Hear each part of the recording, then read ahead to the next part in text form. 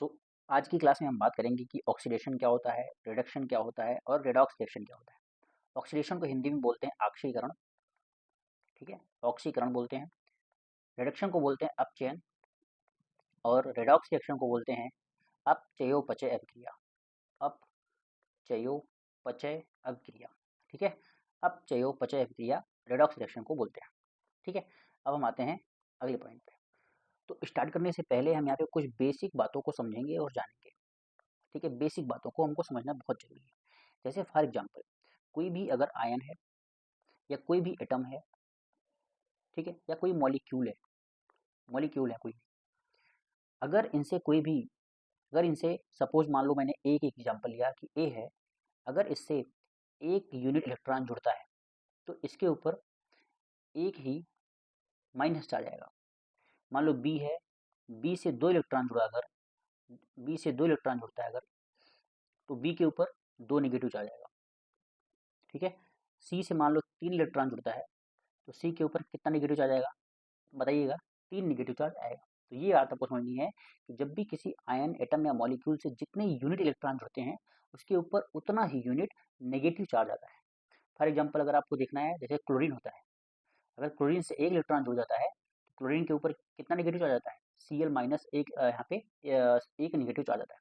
यहाँ पे हम जानते हैं इसका जो एटॉमिक नंबर होता है 17, मतलब इसके पास 17 इलेक्ट्रॉन्स होते हैं, लेकिन एक इलेक्ट्रॉन जुड़ने के बाद जब इसे Cl माइनस बन जाता है तो इसके पास 18 इलेक्ट्रॉन्स हो जाते हैं।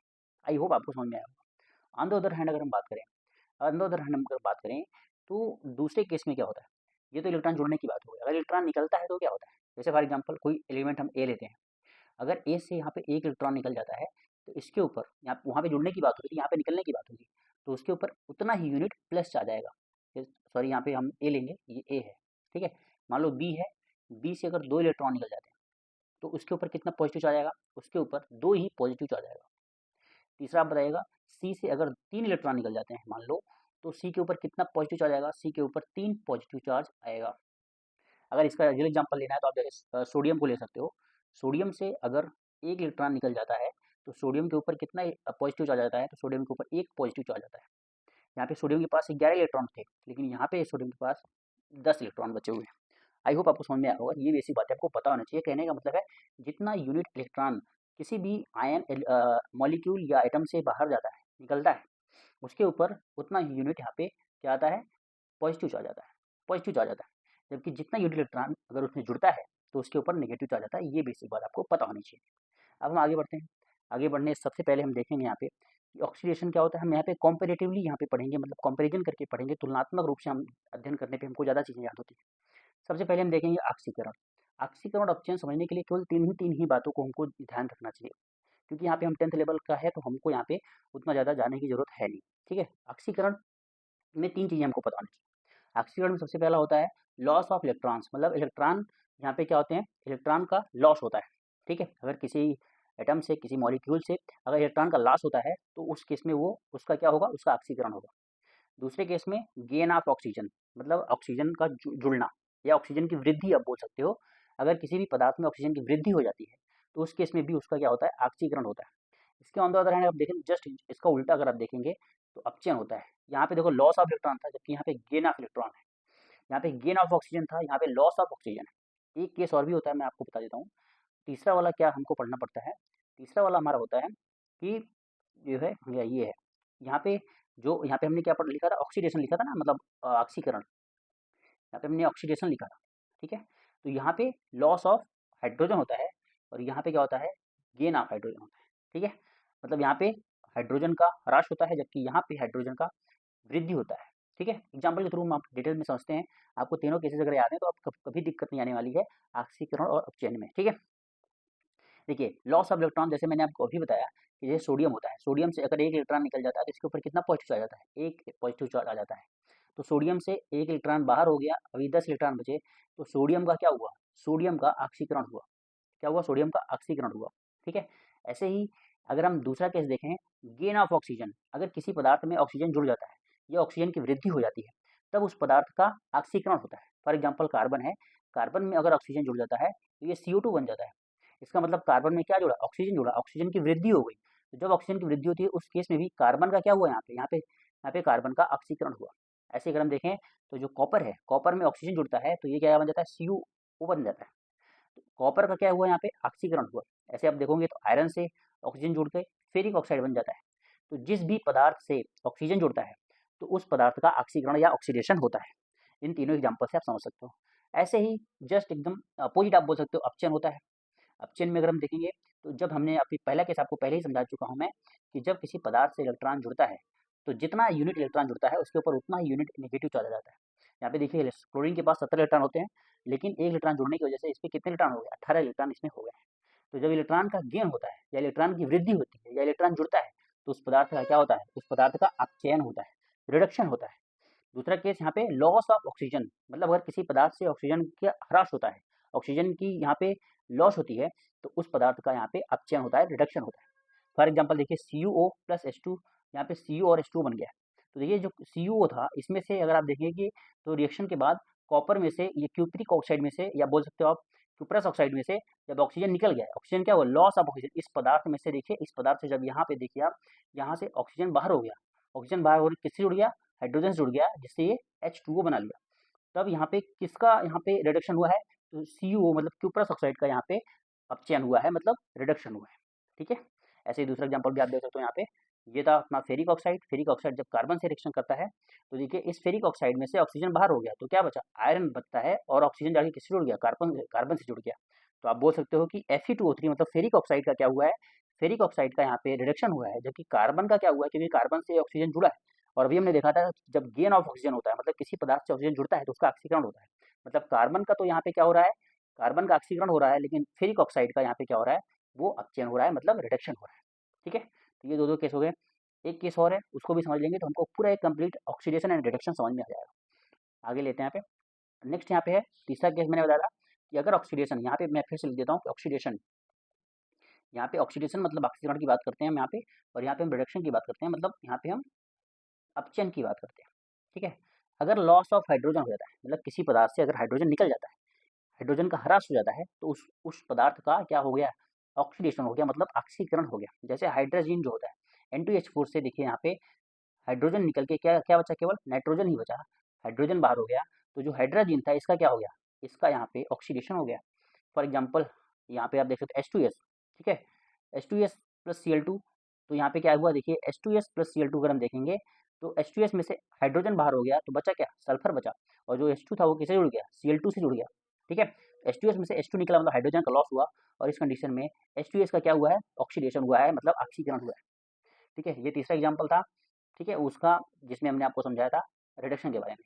तो इसका अगर अपोजिट की बात करें हम, तो गेन ऑफ हाइड्रोजन, यहाँ पे लॉस ऑफ हाइड्रोजन होता है, यहाँ पे गेन ऑफ हाइड्रोजन होता है। देखिए जैसे N2 और H2 मिल जाते हैं, मतलब नाइट्रोजन से अगर हाइड्रोजन जुड़ जाता है तो क्या बन जाता है, अमोनिया बन जाता है। ठीक है। तो नाइट्रोजन में क्या जुड़ा, हाइड्रोजन जुड़ा, इस मतलब नाइट्रोजन का क्या हो गया, नाइट्रोजन का रिडक्शन हुआ, नाइट्रोजन का ऑक्सीकरण नहीं, नाइट्रोजन का अपचयन हुआ। ठीक है। ऐसा ही हाइड्रोजन है, Cl2 है, जब H2 Cl2 से जुड़ा तो क्या बन गया, 2HCl बन गया।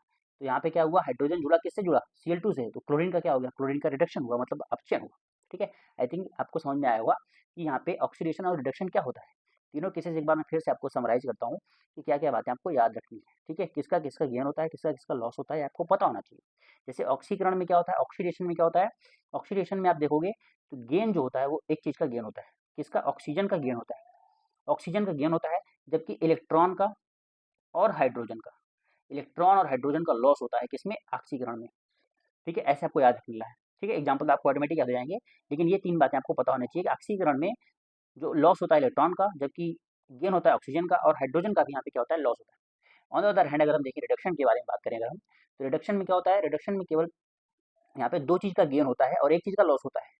ऑक्सीजन का लॉस होता है, जबकि गेन किसका किसका होता है, तो गेन इलेक्ट्रॉन का होता है, और गेन किसका होता है, गेन हाइड्रोजन का होता है। ठीक है। गेन यहाँ पे हाइड्रोजन का भी होता है। तो इस तरीके से आप तीनों एग्जाम्पल यहाँ पे याद कर सकते हो। देखिए यहाँ पे देखिए गेन ऑफ हाइड्रोजन।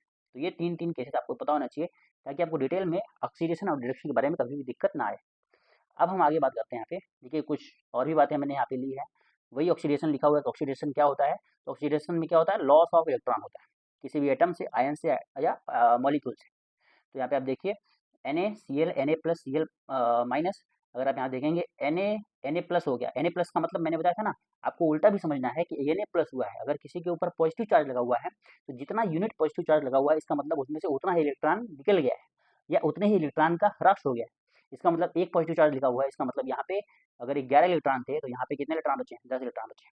और अगर इलेक्ट्रॉन निकल गया है इसका मतलब क्या होगा, ऑक्सीडेशन हुआ है। अभी हमने आपको बताया कि किसी भी पदार्थ से अगर इलेक्ट्रॉन निकल जाता है या इलेक्ट्रॉन की कमी हो जाती है, लॉस ऑफ इलेक्ट्रॉन होता है, तो उसको हम क्या बोलते हैं, ऑक्सीडेशन बोलते हैं। ऑन द अदर हैंड अगर हम देखिए क्लोरीन के बारे में देखें तो क्लोरीन आप यहाँ से यहाँ देखिए एक यूनिट नेगेटिव चार्ज लगा हुआ है। तो मैंने आपको बताया था कि इसका उल्टा भी आपको समझना है कि अगर किसी पदार्थ में नेगेटिव चार्ज लगा हुआ है इसका मतलब उससे इलेक्ट्रॉन जुड़ा हुआ है, गेन ऑफ इलेक्ट्रॉन हुआ है। तो जितना यूनिट इलेक्ट्रॉन जुड़ा हुआ है उतना ही यूनिट उसमें क्या हुआ है, उतना ही यूनिट उसमें इलेक्ट्रॉन जुड़ा हुआ है।